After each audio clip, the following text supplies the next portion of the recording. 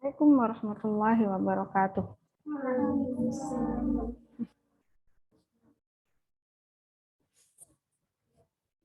Alhamdulillahirabbil alamin. Assalatu wassalamu ala sayyidil mursalin wa ala alihi wa sahbihi ajmain. Amma ba'd. Alhamdulillah. Puji syukur kita kehadirat Allah Subhanahu wa taala. Kita sampaikan kehadirat Allah Subhanahu wa taala. Hari ini kita akan coba bahas tentang bukan bahas ya. Mengingat kembali beberapa hadis. Saya akan sampaikan beberapa hadis yang diambil dari web, yaitu dari situs rumaiso.com tentang bahasan zikir. Itu diambil dari hadis ke-50 dari Jami'ul Ulum wal Hikam karya Ibnu Rajab. Ya, di sini diceritakan seorang sahabat ya, Abdullah bin Busr. Saya baru tahu ya tentang sahabat Abdullah bin Busr ini. Beliau kunyahnya adalah Abu Sofwan. Saya pikir beliau itu seorang ini ya. Beliau kunyahnya adalah Abu Sofwan. Saya pikir beliau itu sahabat Ansor, ternyata beliau sahabat Muhajirin. Termasuk asabiqunal awalun bahkan. Beliau pernah merasakan sholat di dua kiblat. Perpindahan dua kiblat itu kan berarti masih di Mekah ya, gitu. Ya. Jadi beliau mengisahkan bahwa ada seorang laki-laki datang kepada Rasulullah gitu ya. Bertanya, "Ya Rasulullah, sesungguhnya syariat Islam itu banyak gitu ya. Syariat Islam itu banyak gitu. Kira-kira apa yang lebih tepat gitu setelah kita mengamalkan amalan yang wajib," katanya gitu ya. Apa yang lebih tepat kita kerjakan setelah melaksanakan amalan yang wajib gitu. Beberapa sahabat sebelumnya juga kan banyak ya sahabat yang bertanya tentang amalan-amalan gitu. Termasuk juga Ibnu Yaman gitu kan juga bertanya tentang Hudzaifah Ibnu Yaman juga tentang ibadah. Tapi kalau Ibnu Yaman itu kalau orang-orang bertanya tentang perbuatan utama gitu. Kalau Ibnu Yaman itu bertanya lain. Apa nih perbuatan dosa yang paling bahaya supaya aku nggak lakuin. Nah itu lain, poinnya lain kalau Ibnu Yaman gitu. Tapi kalau sahabat-sahabat lain beliau bertanya tentang keutamaan gitu, perbuatan gitu. Tapi ala kulli hal semuanya dalam rangka berlomba-lomba dalam kebaikan gitu ya. Oke, kita lanjutkan ke hadis ini. Jadi beliau menjawab gitu ya, menjawab pertanyaan seorang laki-laki tadi. Hendaklah lisanmu selalu basah dengan berzikir kepada Allah. Maksudnya terus-menerus dalam kondisi berzikir. Nah, itu kata Rasulullah. Zikir itu banyak ya. Oh ya, hadis ini disahihkan oleh Al-Hafiz Abu Thahir ya. Al-Hafiz Abu Thahir dalam syarahnya Tuhfah Al-Ahwazi bisyarh At-Tirmizi. Nah, itu disampaikan oleh beliau gitu. Nah, kemudian dari hadis ini kemudian kita beralih ke ayat yang juga menguatkan tentang zikir gitu ya, bahwa zikir itu nggak main-main keutamaannya gitu kan. Bahkan sampai Allah juga menganjurkan kita untuk berzikir, yaitu dalam surat Al-Jumu'ah ayat 10, wadhkurullaha katsiran la'allakum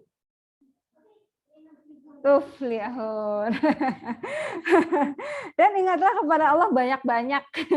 Ya, apa artinya? Dan ingatlah kepada Allah banyak-banyak supaya apa? Supaya kalian beruntung.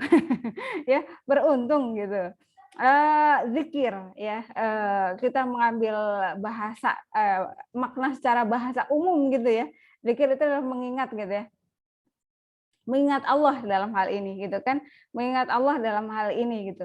Ketika kita gitu kan sebagai manusia gitu kan diingat oleh manusia yang lain, wow, ya kan. itu sebuah sesuatu gitu ya. Apalagi dan kita akan memberikan apresiasi toh. Iya kan? Kita akan memberikan apresiasi kepada orang yang mengingat, Masya Allah masih ingat gitu kan. Ya ingat tiap hari. Ya kan? Masih ingat gitu. Misalnya kita memiliki sebuah kebiasaan, kemudian seseorang ingat ternyata tentang kebiasaan kita gitu kan, ya Allah kamu perhatian banget kan gitu ya. Gitu kan. kita ada apresiasi gitu ya, ya yang notabene kita sama-sama manusia kan gitu. Dan ada rasa wow gitu kan. Dan ada rasa kemudian wah dia perhatian ya sama aku gitu. Aku harus kasih apresiasi nih gitu kan ya gitu. Nah, apalagi ini Allah gitu kan.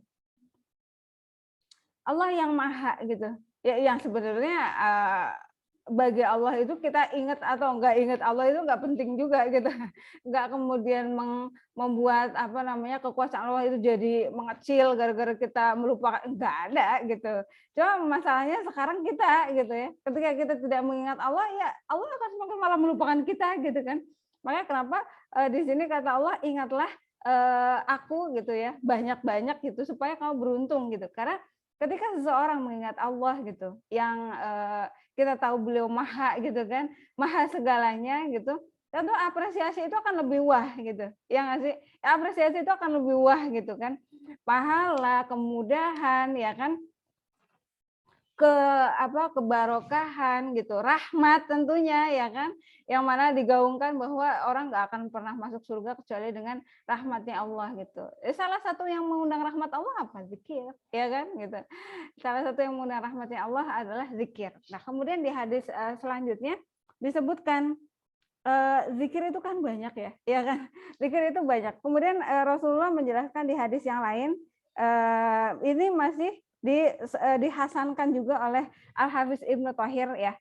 Hadisnya berbunyi bahwa Rasulullah Shallallahu Alaihi Wasallam berkata ya kepada para sahabat ya, hendaklah kalian bertasbih. Jadi bentuk zikirnya yang Rasulullah anjurkan bertasbih ya. Jadi subhanallah ya kan.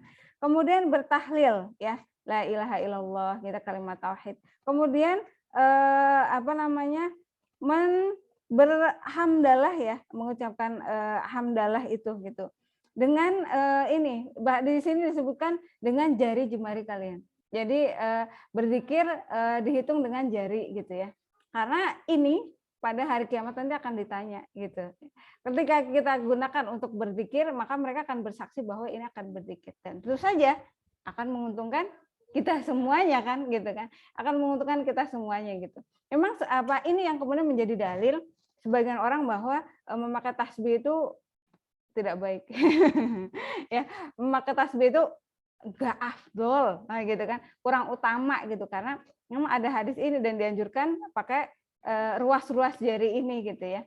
Itu dalam rangka apa namanya ya memanfaatkan nikmat Allah ini gitu supaya gitu dia akan menjadi saksi nanti ketika di hadapan Allah ketika dihisab gitu.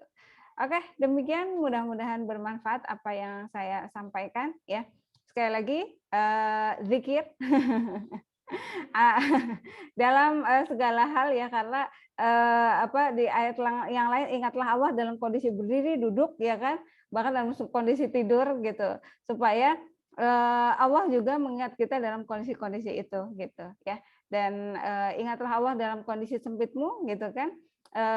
Berbuat baik-baiklah dalam kondisi lapang atau sempit ya termasuk zikir di dalamnya supaya ketika kita dalam kondisi kesusahan Allah juga akan menolong kita gitu ya.